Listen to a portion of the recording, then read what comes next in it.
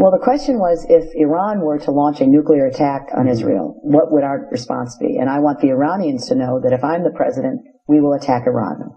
And I want them to understand that, because it does mean that they have to look very carefully at their society. Because whatever stage of development they might be in their nuclear weapons program in the next 10 years, during which they might foolishly consider launching an attack on Israel, we would be able to totally obliterate them. That's a terrible thing to say, but those people who run Iran need to understand that, because that perhaps will deter them from doing something that would be reckless, foolish, and tragic. Scenario 1, World War III. Hillary Clinton is quite possibly the most corrupt and evil person to ever run for President of the United States. Previous title holders were Lyndon B. Johnson, the man that quarterbacked the JFK assassination, and Dick Cheney, the man that quarterbacked 9/11. But these guys look like Boy Scouts compared to what Hillary has in mind. Anyway, if Hillary gets elected, then she will start World War III, no question about it. The system of bankers and global interests she works for want World War III. War is a banker's dream. They make a lot of money no matter who wins. These people are hardcore psychopaths. They have no empathy for any other human except their own family, and even then, some of them get killed if they don't play ball. Read my second book for the whole story, and it will shock you. They want a war with Russia and China, and for the last 12 months, they have been doing everything they can to provoke those countries. They need Russia or China to shoot first. That way, they can justify a world war, and the sheeple will support it. But if those countries won't come to the party, they have armed and trained North Korea with a nuclear weapon as Plan B. If Russia or China don't fire first, they will get North Korea to do it in a false flag nuclear attack, or maybe a dirty bomb attack, on a major US city. They hope that the loss of hundreds of thousands of American lives will spur that nation and its allies into full-blown world war. Again, as I point out in my second book, they want to fulfill the playbook of their guru, Albert Pike, who was a 33-degree Freemason, a Satanist, and founding member of the Ku Klux Klan. Pike spoke how they will create 3 world wars. The first and second were exactly as he said that they would be, so there is no reason to doubt that the third will follow his game plan. After 10 years or so of this total world war, the people will grow weary. So when that time comes, the New World Order people will hold secret meetings with their enemy, China. They will promise China a backdoor deal to end the war. But to do so, China must stab their ally Russia in the back. In exchange, there will be an armistice.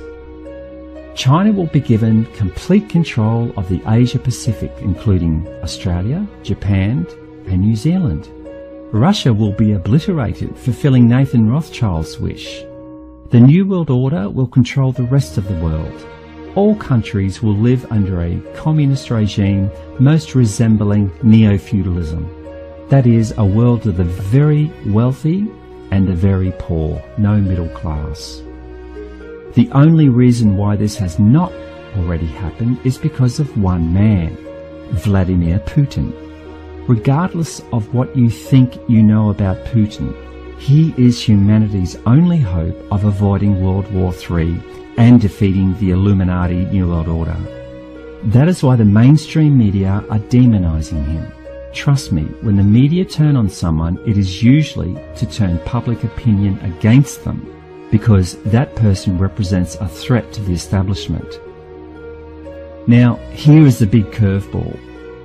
Mr. Obama does not want to give up his cushy life in the White House. So he may use a false flag or the upcoming earth changes to suspend the elections indefinitely. So chances are there will not even be an election in 2016, and Obama will be America's last president, and that is not set in stone just yet. But for the record, Obama is a card-carrying, die-in-the-wall communist. He honestly believes he would make... On the 13th of May 1981, there was an assassination attempt on Pope John Paul II in St. Peter's Square at Vatican City. The Pope was shot and wounded by a Turkish hitman, Mehmet Ali Akkar. The Pope was struck 4 times and suffered severe blood loss. Akkar was apprehended immediately and later sentenced to life in prison by an Italian court. The Pope later forgave him for the assassination attempt. He was pardoned then by President Carlo Ciampi at the Pope's request and was deported to Turkey in June 2000.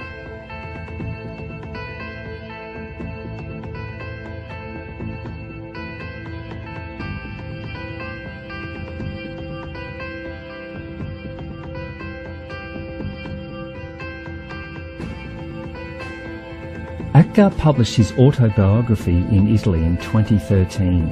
His book is called I Was Promised Paradise. He claims that he worked for an Islamic black magic cult.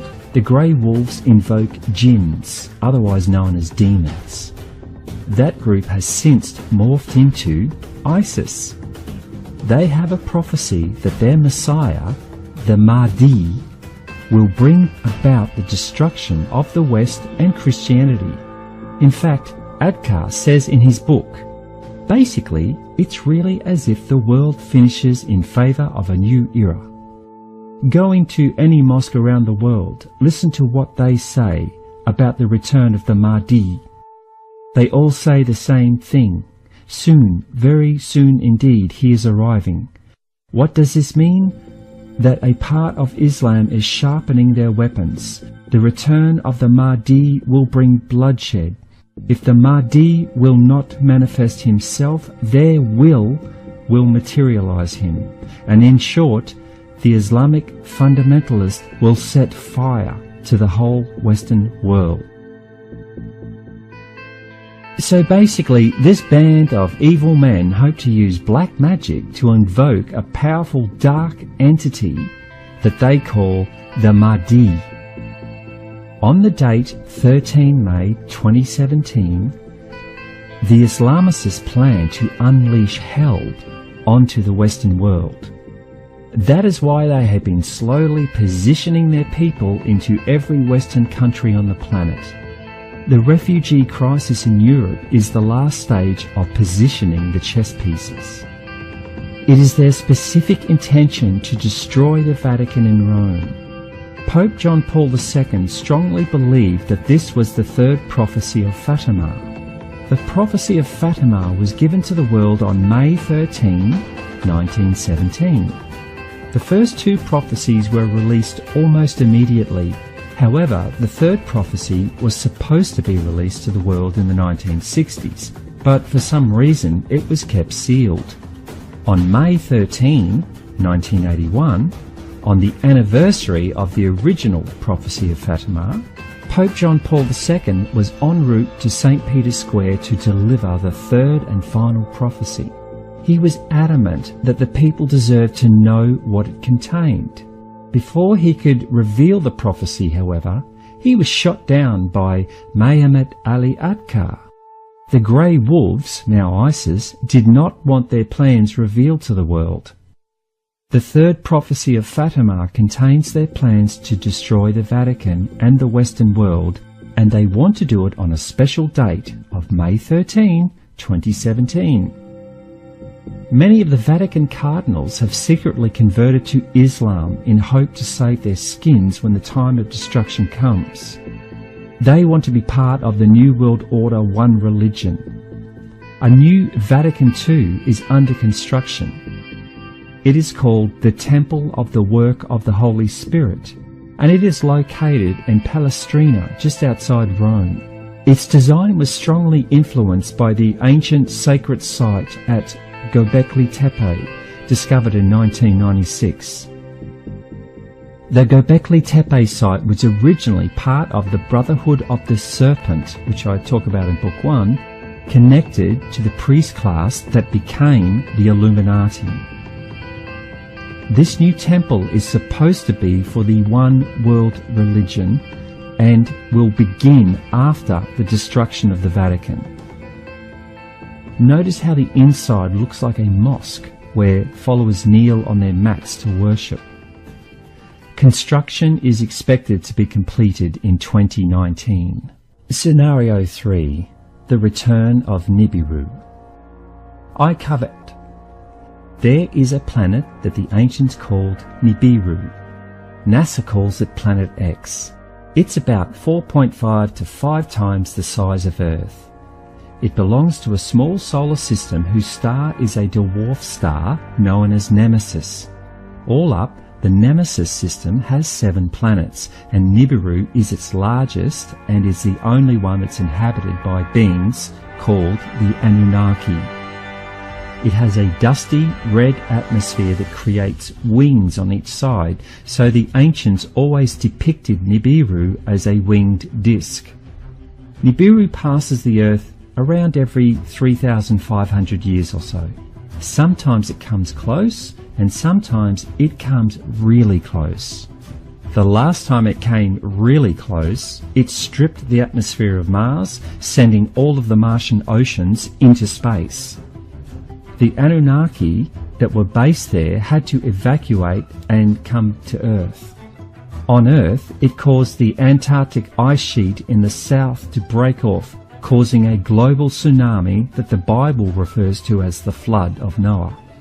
This flood and ensuing cataclysm was documented by dozens of native peoples all over the world. The Anunnaki monitored this whole episode from a satellite they put into orbit. This satellite is still in orbit and is now known as the Black Knight satellite. As Nibiru approaches Earth, the gravitational forces begin to make their presence known.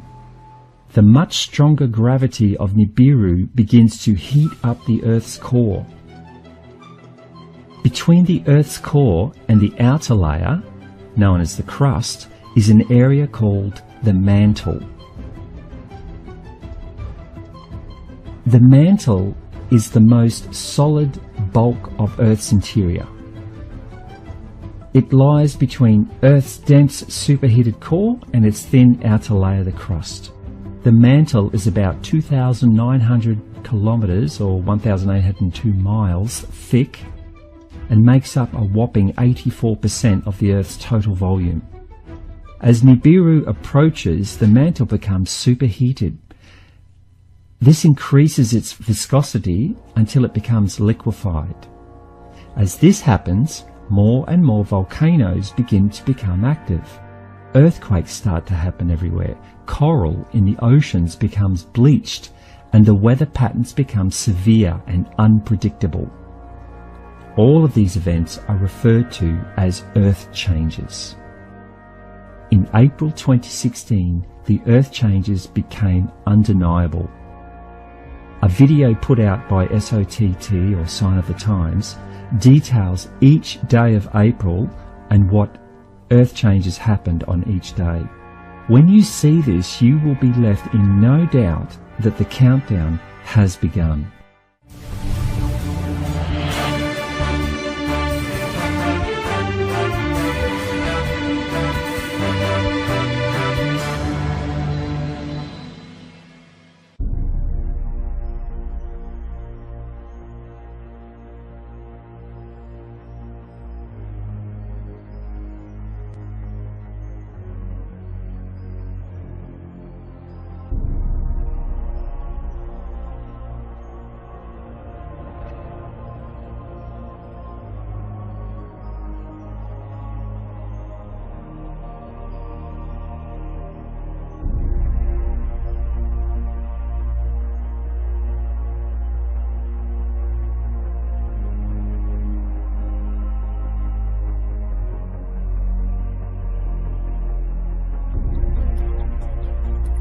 Overnight, blizzard-like conditions in Massachusetts. Nearly 1,900 crew working through the night, clearing roads.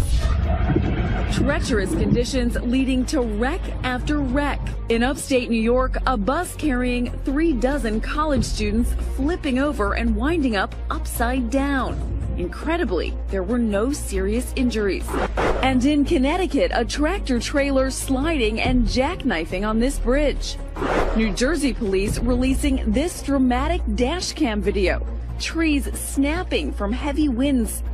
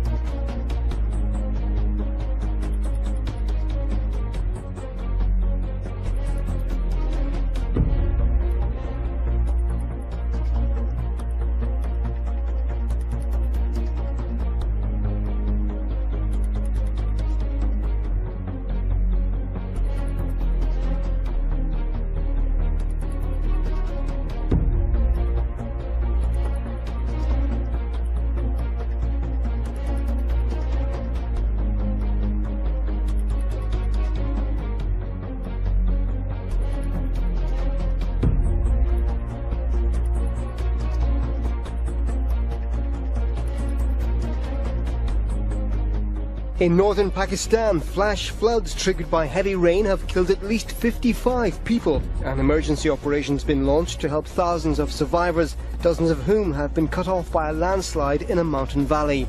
Some 150 homes are said to have been destroyed.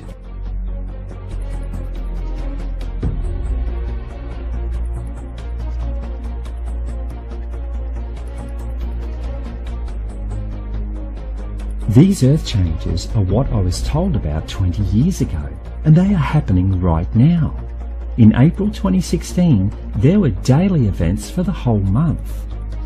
These included volcanoes erupting, and even some that have not been active for over 70 years.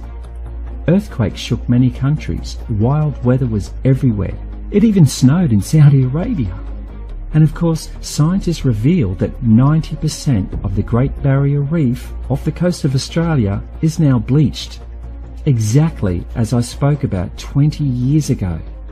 Back then, I correctly predicted that the signs would become more obvious after 2012, leading up to 2020.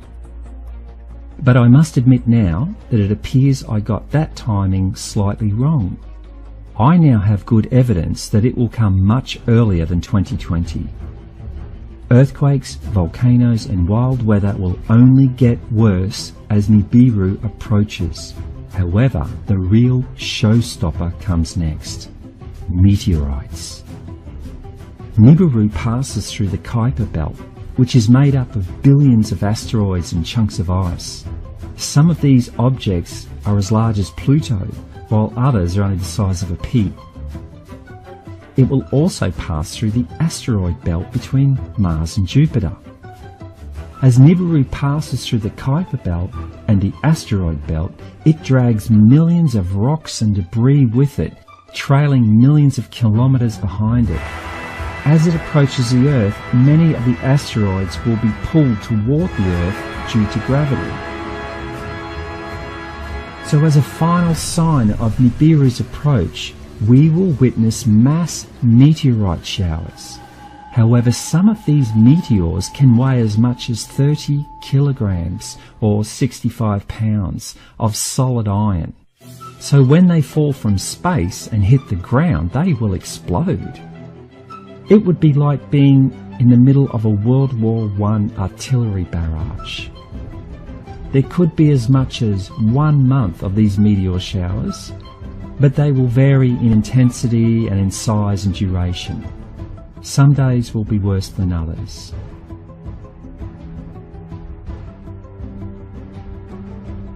A CIA insider has come forward and revealed that they have been tracking the Nemesis system since the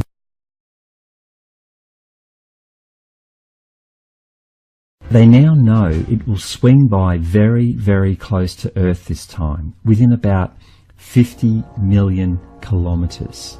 Now, that's like a stone's throw in astrological terms. This is going to cause a pole shift. Remember how we said the mantle will heat up and become liquid? This will cause the outer crust of the Earth to slip.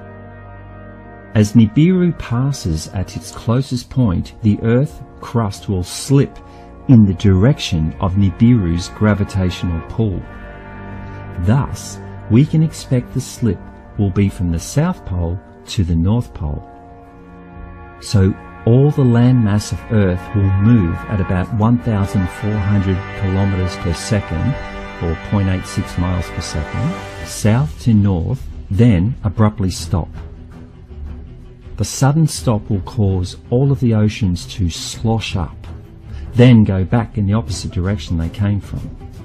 That will create a global tsunami of about 700 metres to 3,000 metres high, or 2,296 feet to 9,850 feet high, travelling at 700 metres or half a mile a second. The water will slosh back and forth for several days. In fact, as Nibiru passes, it will stop the Earth's rotation.